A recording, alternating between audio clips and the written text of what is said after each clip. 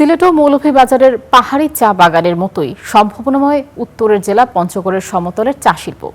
2000 সালে প্রথমবারের মতো সমতলে চায়ের যাত্রা শুরু হয়, কিন্তু সিন্ডিকেটের প্রভাব সেখানেও।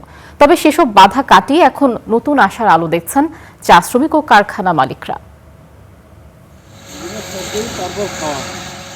2023 ও 24 সালে কাঁচা চা পাতা ওজনে কম দেওয়া ও দাম নিয়ে সিন্ডিকেট শুরু হলে মুখ থুবড়ে পড়েন জেলার চা চাষিরা।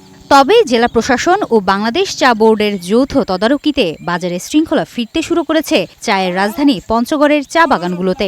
চলছে আগাছা পরিষ্কার, সার দেয়া সহ পরিচর্যা কার্যক্রম।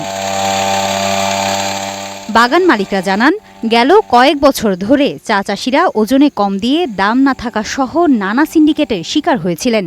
আমরা সঠিক একটা সমাধান গত মৌসুমে আমরা পেয়েছি এবং একটা ভালো মূল্য আমরা পেয়েছি, যার কারণে এবার আমরা আমাদের মন মানসিকতা ভালো দিক নিয়ে আমাদের বাগান আমরা পরিচর্যা করতেছি।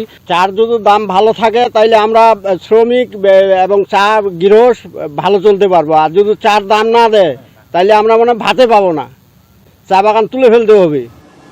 তবে চা কারখানার সংশ্লিষ্টরা বলছেন, চা পাতার দাম ঠিকভাবে পেলে চাষিরাও মূল্যায়িত হবেন। গরিব মানুষ কাজ করতেছি, 500 টাকা হাজিরা দেয়, 450 500, এই হাজিরায় আমাদের তো সংসার চলে না। আমরা চা শ্রমিকগুলো আছি, চার দামটা যদি ভালো দেয় তাহলে আমরা আর কি স্বাবলম্বী হইতে পারবো। চায়ের মান ভালো হলে কাঁচা পাতা যদি ভালো মানের কাঁচা পাতা তারা সরবরাহ করেন 2026-এ, আশা করতেছি যে আমরা তৈরি চার দাম ভালো পাবো এবং উচিত আপনার ন্যায্য মূল্যে কাঁচা পাতা ক্রয় করতে পারবো। চা বোর্ড ও জেলা প্রশাসন বলছে, সমতলের প্রায় 500 কোটি টাকার এই শিল্প রক্ষায় চা বোর্ডের পাশাপাশি প্রশাসনের পক্ষ থেকেও নেওয়া হয়েছে নানা উদ্যোগ।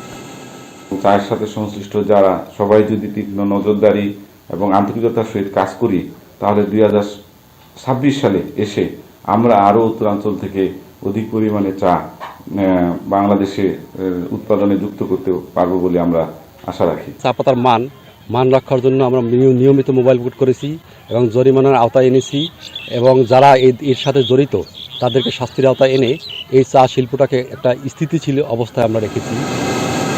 Desk report, star news.